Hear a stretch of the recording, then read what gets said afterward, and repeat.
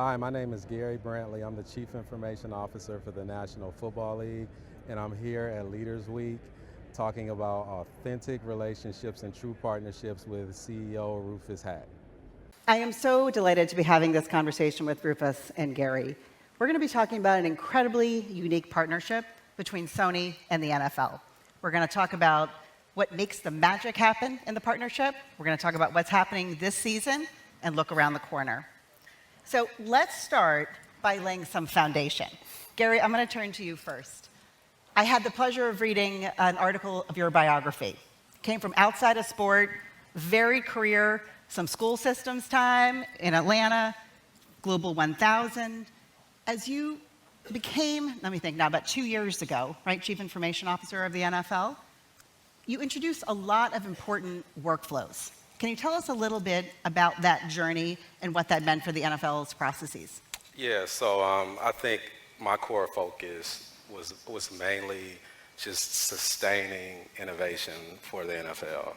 Ultimately, the NFL has always been at the forefront of technology, and I think what makes us special is that we continue to push the limits. We're not satisfied, and so ultimately, my team and I wanted to create an ecosystem that allowed for long, sustainable growth around innovation that was collectively tied to the league goals. And so ultimately, we created this innovation hub, which has further enhanced our relationship with Sony, but also has allowed us to really dabble into areas cross-functionally as an organization, moving down the same pathway for other areas of our business. And so these zones, and I won't get too much in it, but we operate in a 4-zone process, which is a productivity zone, a performance zone, a transformation zone, and an incubation zone. And out of all of the things that are submitted throughout the entire league, it falls in one of those categories. Is it something that we need to continue to further develop?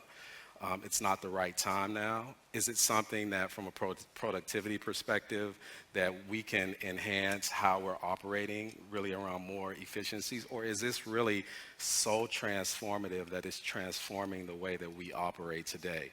And so we operate this way. I think what's unique about it is the fact that we are all on the same page across the organization. So this is legal. This is marketing. This is football operations. Everybody's a part of this process, and so it's been exciting to see some of the things that have come out of it thus far. And how do the very important 32 influencers and owners, how have they adapted to this innovation hub?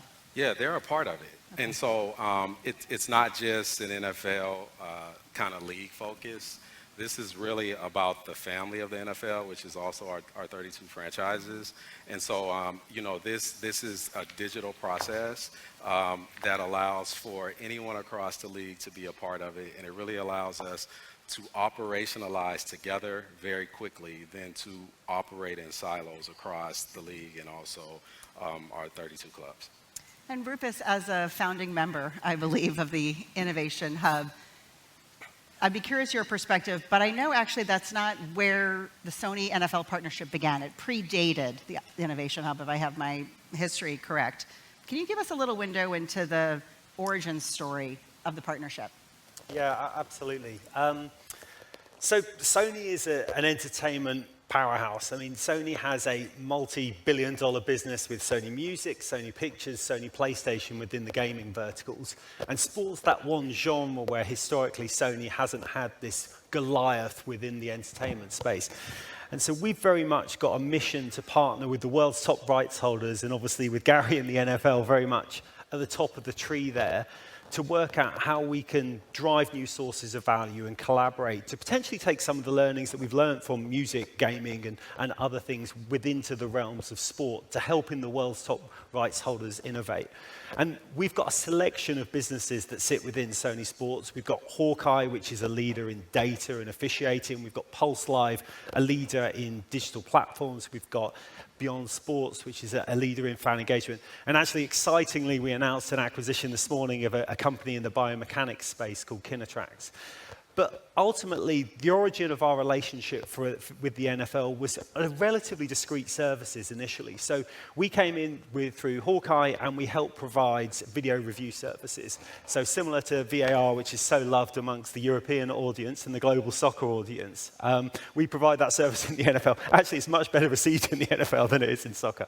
But so we started doing that discrete service. Also, in our Beyond Sports business, we did some innovations in terms of new fan engagement content. So we worked with Gary and his team in terms of, actually this time last year in one of the London series games, we recreated the game in Toy Story IP to try and get new audiences involved.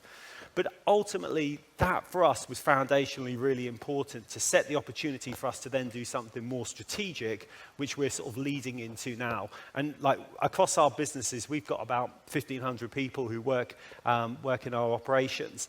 And I say to them very often that they're our biggest advocates, and they don't know how much importance on a day-to-day basis they're having on building those micro relationships that actually build that foundational trust, doing relatively discrete services that mean that you can then build stuff which is strategic on top of that, potentially at more senior levels. Yeah, if we can go ahead, please, and cue the video. I want to bring some of this technology to life.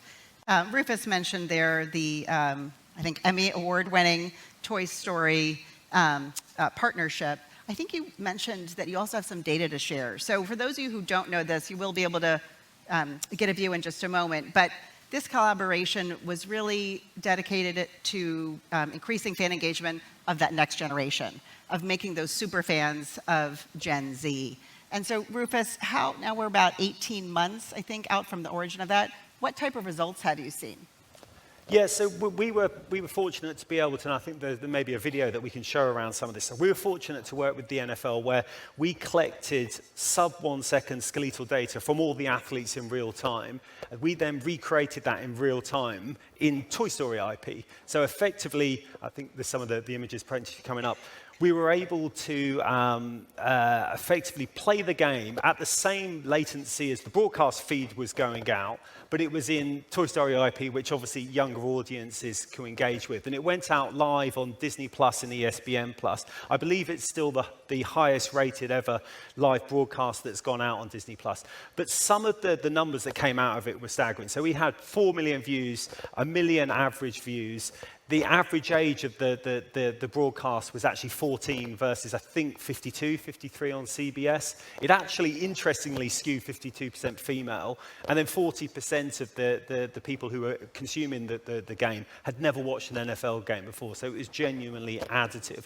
So we're big believers that there's lots of talk at the moment and empirical evidence that says younger fans are less, it's actually just playing now, there's lots of empirical evidence that says younger fans are less avid than perhaps our generation was.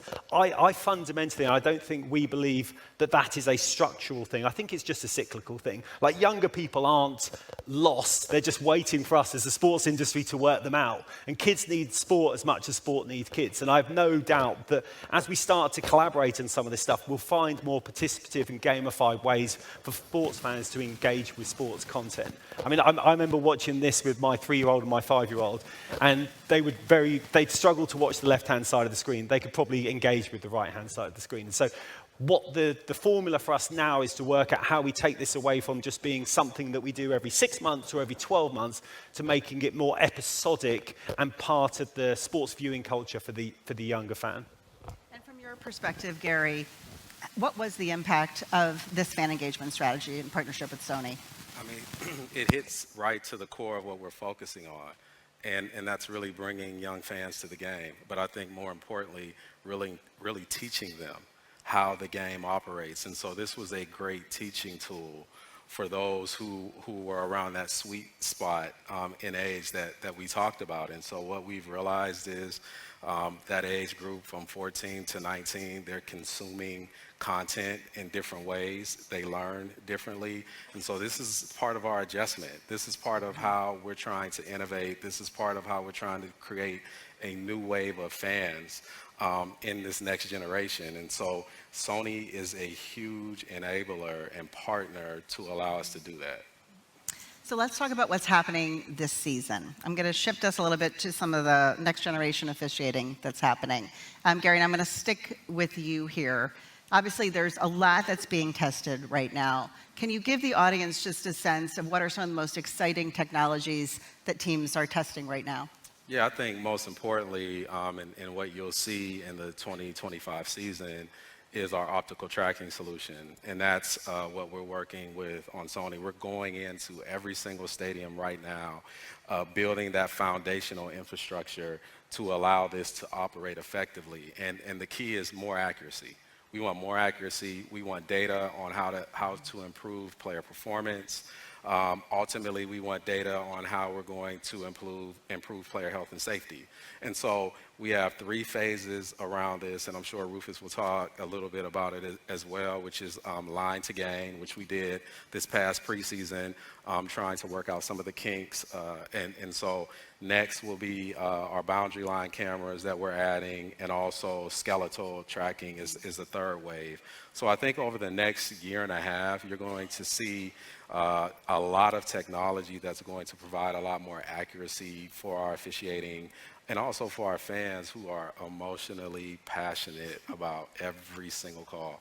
And so ultimately, we want to provide that relief. We want them to understand that technology is an enabler for that. And so the technology that we're putting in, I think we're at around 20 plus stadiums that we've completed so far. So really excited about what this will do and what this will do for the viewing experience, both at home and in stadium. Yeah, and folks, we are taking questions. So yes, they're starting to come in here. I'll be able to take a look in just a moment. But I did have a follow-on question about the rollout plan. How do you determine which franchises you test some of these technologies with first? Do they raise their hand? Do you strong arm them? No, they want it. I think they embrace it, but we really try to start with, of course, cost is a component, and age of infrastructure is a component, right? So you have some stadiums that are newer, some stadiums that are older. A lot of times when we're doing our proof of concepts, we typically use the newer stadiums, but we also try to make sure it's diversified, meaning stadiums that have covering that are indoor, stadiums that are outdoor, but we also factor in weather. So we want technology in places where the weather is cold, snow, and also places where it's just extremely hot, like Miami. And so we take that approach on how we move through and install the infrastructure.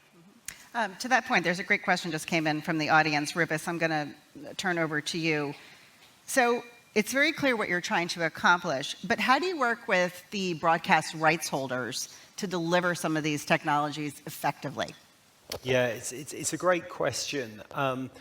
And actually, I think you can almost divide this into 2 camps, the US versus European rights holders. So I think US rights holders have typically been much more sophisticated in slicing and dicing their rights.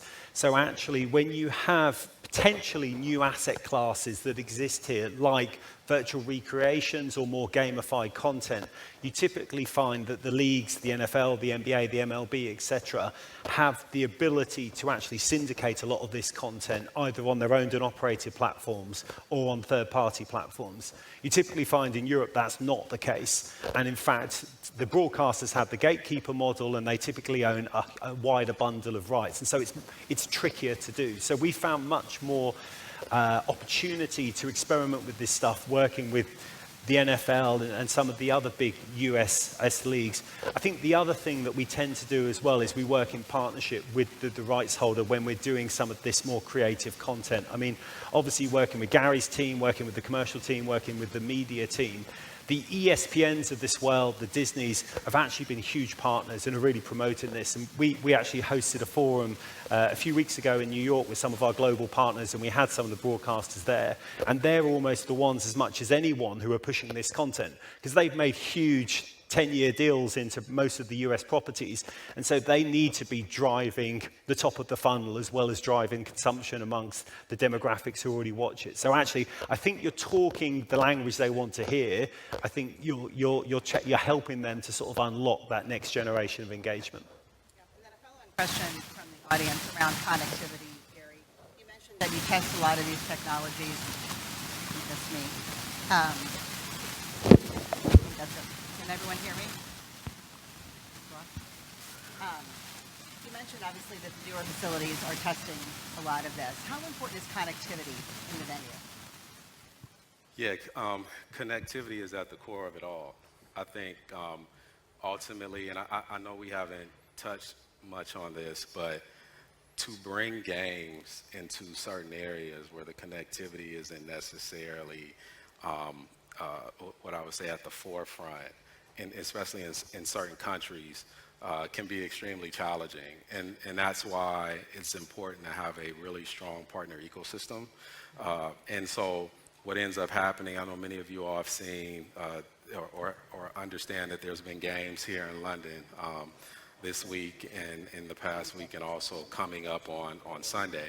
And so if the infrastructure isn't in place, if the connectivity isn't in place, if we're not pumping gigs of bandwidth inside of these stadiums, this doesn't happen. And I think it's important to understand that whether we play in America or whether we play internationally, our players, our league, also our owners, expect for it to be the same experience they're getting, and there's no room for failure. And so ultimately, it's the connectivity, it's the redundancy that matters. And so there are so many points of failure tied to our ability to provide connectivity and bandwidth. It's the first thing we start with. It's a major decision it's a major indicator on where we actually play and what stadiums we play in. So connectivity is huge. And I just want to add this one point. You have, when you go and you start talking about the fan experience, our fans are watching on devices while in stadium, listening on devices while in stadium, making bets on teams while in stadium, and the core infrastructure for that is extremely important for that to happen. We talked in the green room as we were getting ready about all the different places that the NFL might be playing. The next question is around the Middle East. And Rufus, I'm actually going to go back to you with this one. How would you work potentially with some Middle Eastern partners in terms of delivering this experience from that broadcast perspective? Yeah, I mean, I think that's probably more of a question for Gary. I know the NFL are thinking about where to play games in the future, and they've broadened out in terms of Madrid and obviously coming over here, Germany, Brazil this year. I don't know, Gary, whether you're able to comment on Middle Eastern plans? No, yeah, I can't release them all, but I will tell you, and I think this is extremely important, that each year our plan is to increase the amount of games that we play internationally and globally. We have a very tight and robust, and in some cases, expansive global plan for our league. We have fans all over the place, and if you've been paying attention, I want to make sure I highlight this. There's been a huge focus, and technology will come into play with this as well, on flag football, right? And so ultimately, getting that and pushing that into other countries, allowing both male and females to play, bringing this to the international stage for the Olympics in LA 28 is extremely important. And there's so much, you may not think it may not be, but those are factors. Like, we use all of that data to decide whether we're going to play there or not. There are scouting trips that are happening all over this continent around specific places that will play. So you'll see an increase going into next year. I don't want to jump in front of the announcement, but where there'll be 2 additional games added to the schedule. And you'll continue to see more added each year, and hopefully we get to around 18 at some particular point. I'm actually going to go back to something you said a little while ago and shift gears just a hair here. You talked about how important data accuracy is. And I know that's incredibly difficult in a sport like football, where there's so much occlusion of the players. Rufus, how does the team at Sony think about getting to the level of accuracy that's going to make Gary happy?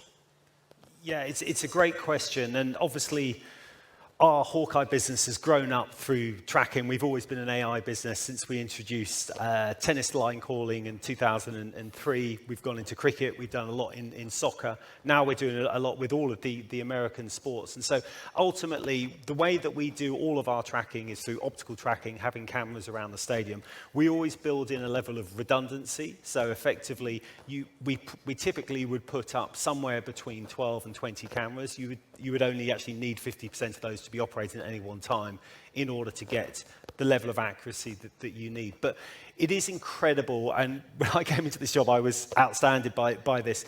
Like, we're able now to track 30 skeletal parts on a player's body in real time, i.e. less than 1 second, at about 500 frames per second.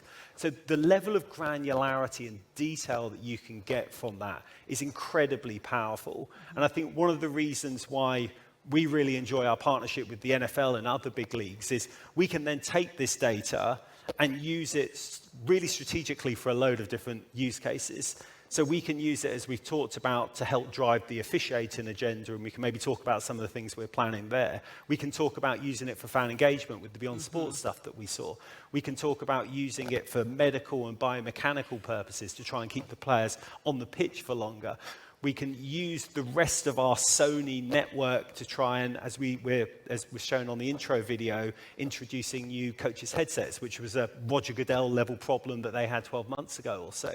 So ultimately, the data collection sits at the core of this whole relationship, but actually having the scale to be able to then use that and unlock the power of it across multiple different purposes, I think is what Gary and others are looking for, that actually it doesn't become too fragmented. And one of my big sort of thoughts on this, and there is zero empirical evidence to back this up, but I'll say it anyway, is that I think 10 years ago or so, lots of rights holders were partnering with other big rights holders on brands, and it was, you don't get fired for hiring IBM. Then you had, over the last 5 years, we've had so much digital disruption that you get lots of new insurgents come in. The supply chain becomes potentially quite fragmented. You don't have a single point of contact if something goes wrong. What I've seen, particularly with the US rights holders in the last 2 or 3 years, is actually everything seems to be coming back together again. And actually people want a more integrated value proposition and partners who can unlock lots of different value sources out of that rather than doing it on a relatively discrete basis. And we always hear this thing around real estate in the venue is scarce, and so you need to be sweating things harder if you possibly can. And I think that also plays to the point of having scale in some of this stuff. I mean, we all know that we've seen content consumption trends, which are probably the biggest inflection point that we've seen over the last 20 years. I suspect the business model changes over the next 5 years are going to be equally as large. Ultimately, you almost need co-conspirators who are in your corner, who can work together whatever happens. Like, we don't know what the business model might be looking like in the future. We don't know what content consumption is going to look like. But actually, if you've got partners who stand shoulder to shoulder with you, you can potentially work through those things together. And it certainly, as I mentioned at the beginning of the conversation, there's a lot of magic to this partnership, and that helps uncover why. How long is the partnership planned? I know you can't reveal contract terms, but as you look into the future, how long is NFL, Sony, in relationship to each other? Yeah, Joe, if you want to add, Gary. Look, It's from the audience, not from me. Listen, I hope for a really, really long time. I think ultimately it's been, Sony's been with us for so long. This started off with like cinematic, like imagery and all these different, like they've just been there and not necessarily as visible. And I think that's extremely so. Some of our most critical partners aren't visible to that end. And so I think as we continue to push the limits with Sony and what we want to do on the field, they've continued to deliver. We talked about the Innovation Hub. That started off with 4 or 5 individual organizations who were interested in providing the same service that Sony did. The Innovation Hub sourced it out. We ended up moving forward with what we thought and what Sony thought was the best way to implement this technology. And I will tell you, from that, organically, sponsorship and headsets came out of this, right? So now we're looking at, hey, you're now visible. You will be, in 2025, you are creating these amazing headsets for us to be able to communicate. I don't think people really realize how important that communication is. Can't have static in the ears. They have to be able to hear. The coaches have to be able to talk to the quarterback and the defensive captains on the field. And so there's a sensitivity to that technology that our clubs rely on. And so, we couldn't just pick anybody. And, the care, the time, the back and forth trips from Tokyo to the U.S., and I mean, not that it's a bad trip, but, ultimately, just the amount of effort that has been put in for the level of partnership, and it's happened so organically that I hope they stay around forever. And just to add to that, maybe if I could, Eileen, I think there's also a piece around the officiating agenda and it needing to be a long-term approach. I mean, for example, we've had a partnership with FIFA working incredibly collaboratively for the last 10 years, and we worked with them to introduce goal line technology in 2014. We worked with them to introduce VAR in 2018. We worked with them to introduce semi-automated offside in 2022. I think there is lots of debate, and it's often in the media, around what is technology doing to the passion of sport and the emotion of sport. I think you need to be incredibly careful when you're introducing new product enhancements, or you're trying to bring technology into the field of play, that you don't do anything transformative. It has to be incremental, it has to be trial and learn, and it has to be done in a really long-term and nuanced way. I mean, Gary touched on the thing that we're planning, that we're working on at the moment, to automate line to gain. So you're able to effectively automate whether a player's made first down, sitting alongside the chains, where if you pull the chains out because of the links, sometimes they might be 9.8 yards and sometimes they might be 10.2 yards. That's step one. There's lots of other things that we're talking about once we've got that skeletal tracking that we can potentially look into, like, is a player inbounds when they make a catch? Is there interference on the quarterback? Does the ball go forward or backwards? Is the field goal good? But what you don't want to do is to take all of the stuff that you potentially got in the candy jar and take it straight away, because then I think you do disrupt the spirit of the game, and you lose the fans, which is ultimately where the magic is. You have to do it in a phased and integrated way, and you have to be sensitive to the other dimensions of sport, which are incredibly important. Can I add to that? Of course. Because I think that's very important, right? Our fans are so emotionally tied, and I'll use the chain gang, right?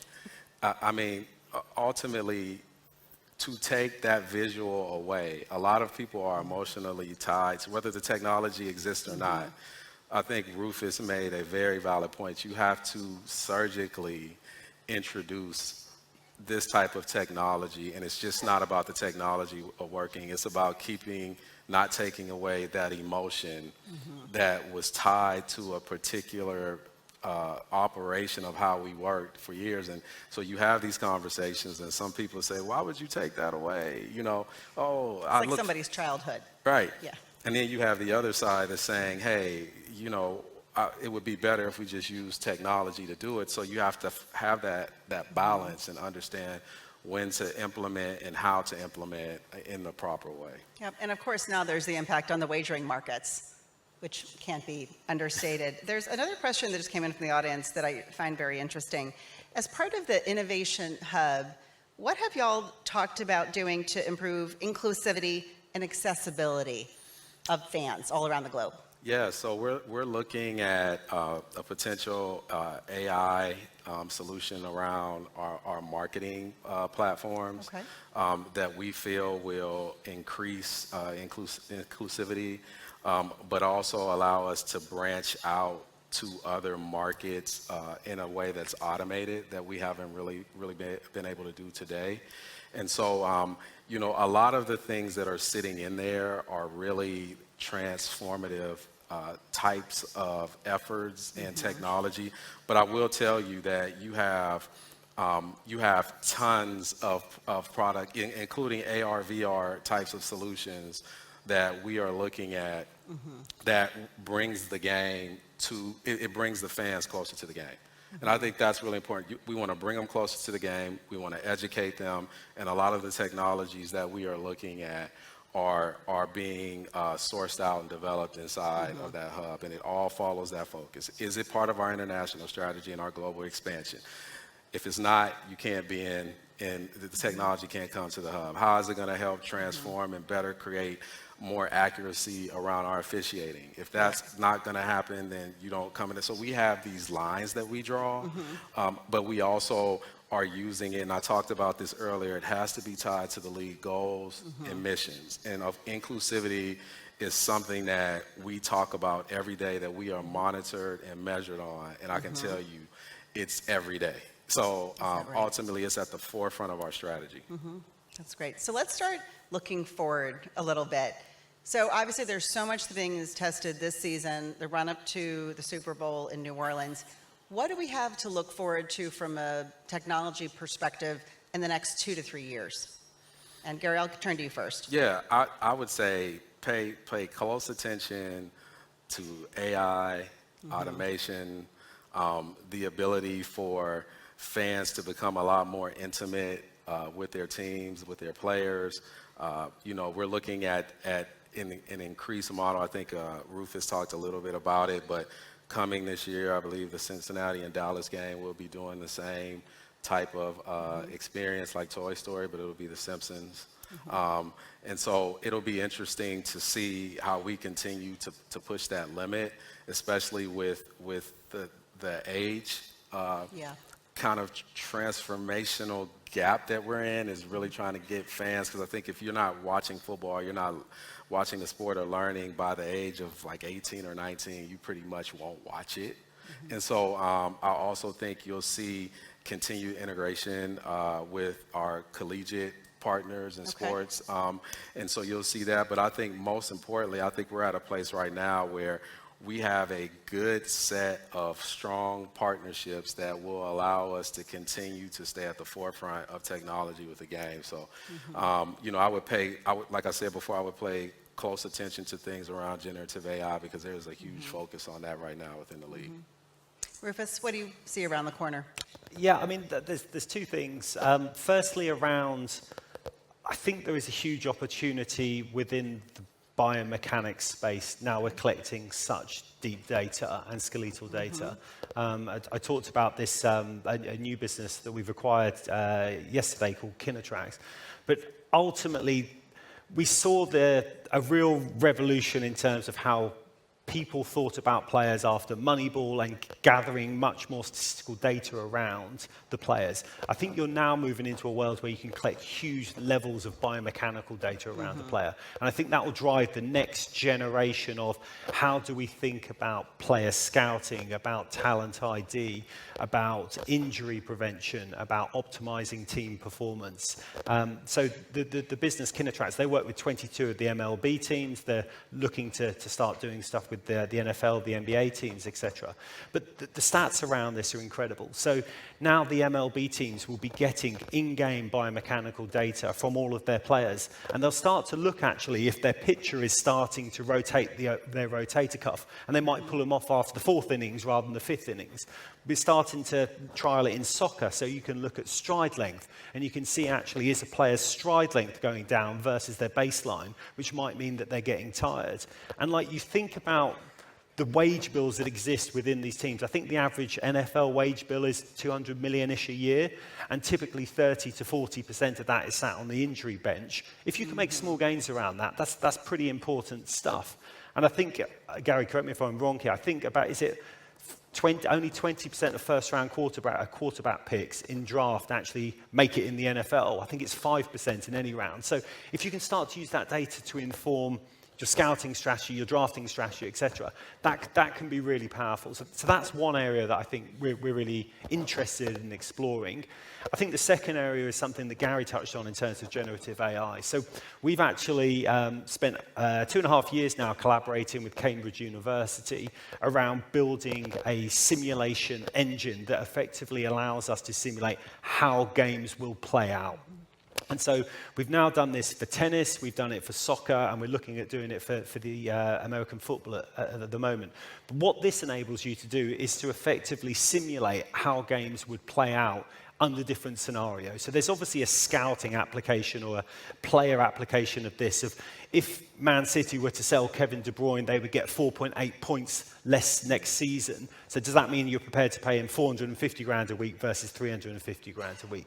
There's a fan engagement angle of this of, can you beat the coach if you believe you know Liverpool's formation better than the new coach? You take off Trent Alexander-Arnold and put on Robertson, and you play that game side by side with the real life game, or you want to use it to run your fantasy picks or your betting picks. I think bringing that more participative, generative AI into the sports environment can really add to the drama and the enthusiasm that people feel around the sport. Gary, do you have a point there? No, I think he hit it on the nail on the head. You know, I ultimately, there's just so much opportunity in the innovation space. I think we do want to make sure we're taking our time with it. I do, like the NFL and also Sony is incredibly, like have high expectations, right? Very, very high expectations. If that's one thing that I didn't know that I learned before I walked in here is that we expect to do things well. There's no room for errors. And when they do happen, it doesn't really go well. And so, you know, I'll tell you this. I think you know, right now we're doing some things that necessarily fans don't see through generative AI. You know, we just installed compliance cameras into our coaches' booths that are doing, you know, generative AI solutions are monitoring behaviors to make sure that they are complying with what they're supposed to do. So we have some things that we've kind of introduced and started to add to the game, but we have a way to go to convince our coaches who love just coaching, right? Coaching is at the forefront of what they do. And so, you know, my job is to say, hey, technology can be an enabler for you and not necessarily something that you have to be scared of. And so the NFL is notoriously, you know, outside of the games during the weeks have always been at the leading edge of just technology. We've been doing ML and AI for a long time, right? It's really informed a lot around, you know, what players will be picked, you know, at the same time, how long will it be before they get injured based off of things that they're doing today. So I think you'll see more technology start to move forward around just player health and safety. We're creating new modules inside of the helmets that are safer for communication. And so the hope is that will go into play in 2025. So you'll start to see just things come, but they'll come at a pace that allows for the emotion of the games to stay, as Rufus said, but also really bring some transformative things to the NFL. And so what you can see is that all of these technological innovations that we've just talked about are because of the partnership that you have. So Gary, I'll turn to you first, and then I'll let Rufus close us out. If you had to explain the secret sauce of your partnership in just one simple phrase, what is it? It's authentic. I think, and that's what I learned when I walked in. It's not something that we really had to force, and those are the best types of relationships. Rufus, what is it? I definitely go relationships, whether that's on the day-to-day operator level, whether that's Gary and I, whether that's Roger Goodell and Yoshida-san, the CEO. Like, there is relationships that exist all the way through there. And typically, particularly when you're dealing with live sporting events, you're going to have things go wrong. So you need to have that backbone of trust in order that you can work through it together. Yeah, I was wondering if you were going to go to trust. No, should have been first. Should have been first. Something's going to happen. Well, gentlemen, I really appreciate your time. Thanks for being a great audience with terrific questions. You almost did my job for me, and I hope everyone learned a ton. Thank you.